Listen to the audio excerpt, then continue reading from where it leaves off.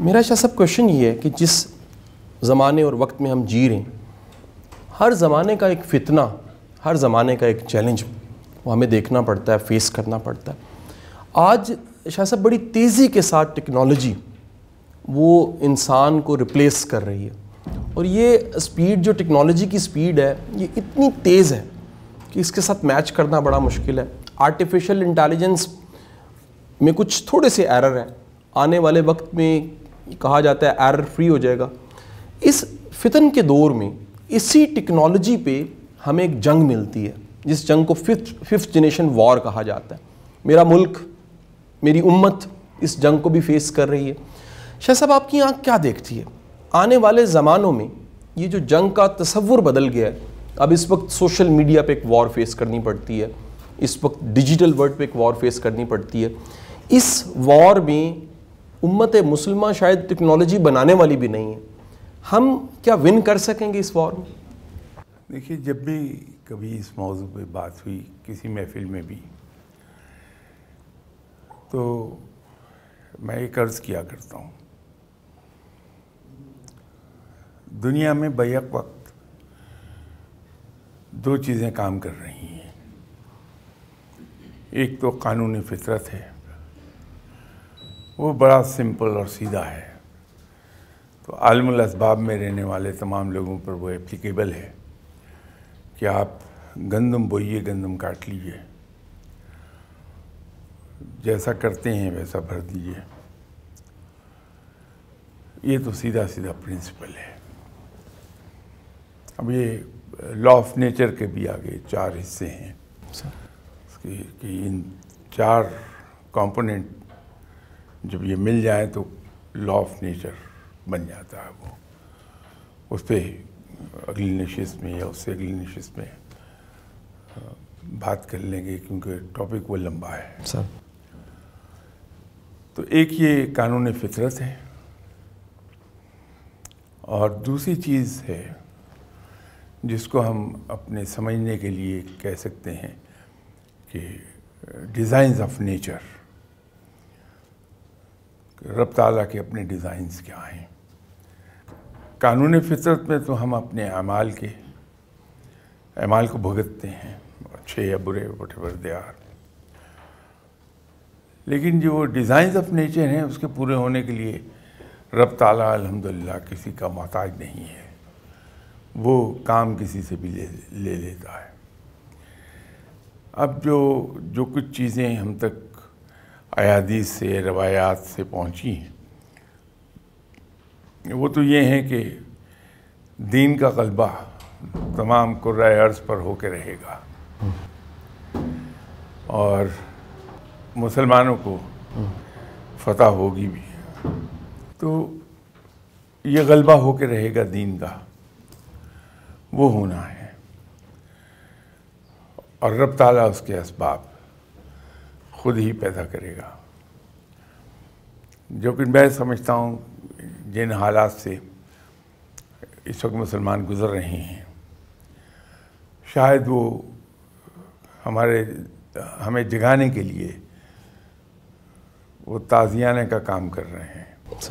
ہتھوڑا سر میں ہمارے پڑ رہا ہے کہ ہم آنکھ کھل جائے اور ہم سیدھی طرف کو چلے جائیں. جب بھی ہم آئندہ کے لیے چیزوں کو دیکھتے ہیں تو گیس ورک سے کام نہیں لیتے ہم، بلکہ ہوتا یہ ہے کہ ہم ہسٹوریکل ڈیٹا کو دیکھتے ہیں ہمیشہ، پاسٹ پرفارمنس کو. تو ہمارے پاس ایک تقریباً 700 سال، اس میں بھی کچھ اپس اینڈ ڈاؤنز آئے ہوئے ہیں، لیکن وہ ایک ہسٹری ہماری ایسی ہے جس سے سبق لے سکتے ہیں کہ یہ کام کبھی بھی مشکل نہیں تھا کہ مسلمان دنیا پر غالب آ جائیں. جب تک ہم نے ریسرچ اینڈ ڈیولپمنٹ کو پکڑے رکھا ہے، اس پر کام کیا ہے، ہم دنیا پر چھائے ہوئے تھے، دنیا کو علم ہم سکھا رہے تھے. تو آج بھی یورپ کے ٹیلی ویژنس کے بہت سے پروگرام ان میں ایک پروگرام تو BBC 4 پر سر ہر ہفتے آتا ہے کہ واٹ مسلمز ڈیڈ فار اس. سر تو اس میں وہ کھلے دل سے تسلیم کرتے ہیں کہ جو آج ہمارے پاس علم ہے، جہاں آج ہم پہنچے ہیں، جس ٹیکنالوجی کا ذکر آپ کر رہے ہیں، اس کے بارے میں ان کا کہنا یہ ہے کہ یہ بیسڈ ہے اس علم پر جو ہمارے ہاتھ اسپین کو فتح کرتے ہوئے لگا تھا. حالانکہ بڑا خزانہ تباہ ہو گیا تھا آگ کی وجہ سے اور پانی میں جانے سے، لیکن اس کے باوجود جو کچھ ان کے ہاتھ آ سکا اس کو لے کر وہ آگے چلے ہیں ریسرچ اینڈ ڈیولپمنٹ کو پکڑ کے. تو یہاں تک آن پہنچے ہیں جس کو آپ آرٹیفیشل انٹیلیجنس کہتے ہیں.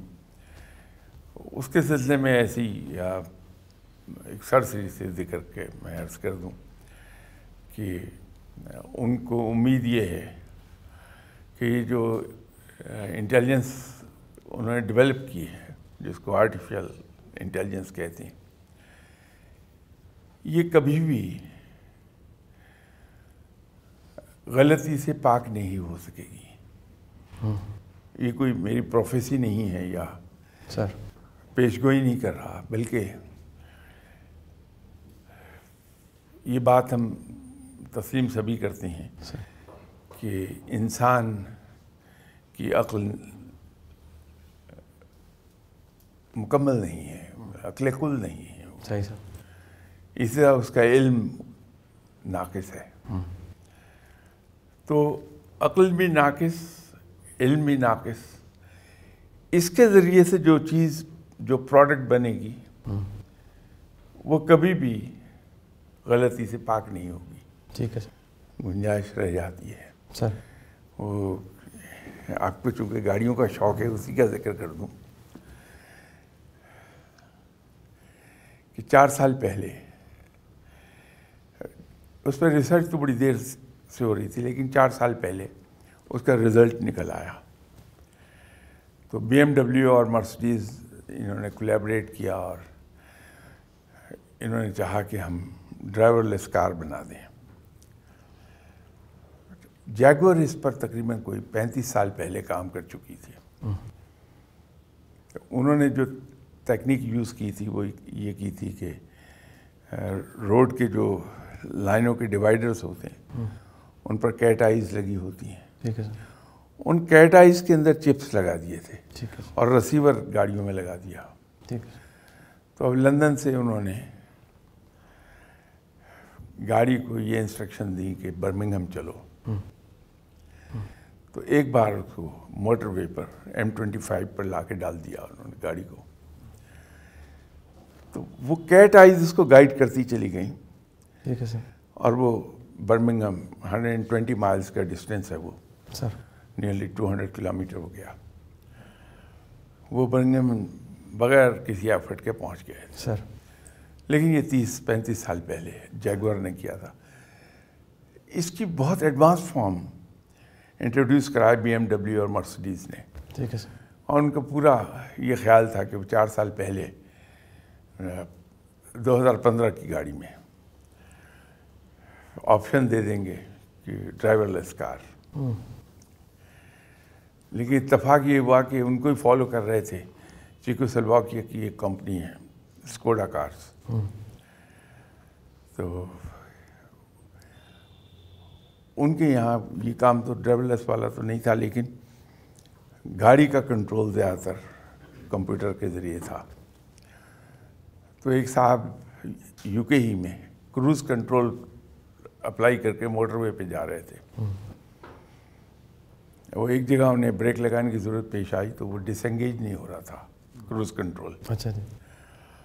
اس بیچارے نے اپنی ایفرٹ پوری کر لی جتنی کر سکتا تھا. پھر اس نے کانٹیکٹ کیا ہیلپ کے لیے اسکوڈا کو. اچھا جی. Even they couldn't do anything. اور ان دا مین ٹائم وہ بیچارے کی گاڑی جو تھی اٹ ریمڈ انٹو اے ٹرک اور اس میں ڈیتھ ہو گئی. اس وجہ سے وہ پروگرام ڈیلے کر دیا گورنمنٹ آف جرمنی نے کہ ہم اجازت نہیں دے سکتے اتنا بڑا رسک کی. تو وہ آج تک گاڑیاں انٹروڈیوس نہیں ہو پائی ہیں. سر تو یہ ایرر کی جو بات آپ فرما رہے تھے وہ میں عرض کر دوں کہ کروز کنٹرول ہم سبھی استعمال کرتے ہیں ڈرائیو کرتے ہوئے موٹر وے پہ، لیکن وہ کمپیوٹر کی ذرا سی غلطی وہ ڈس انگیج نہیں ہوا اور اسی سپیڈ پہ جا کے اٹ رین انٹو اے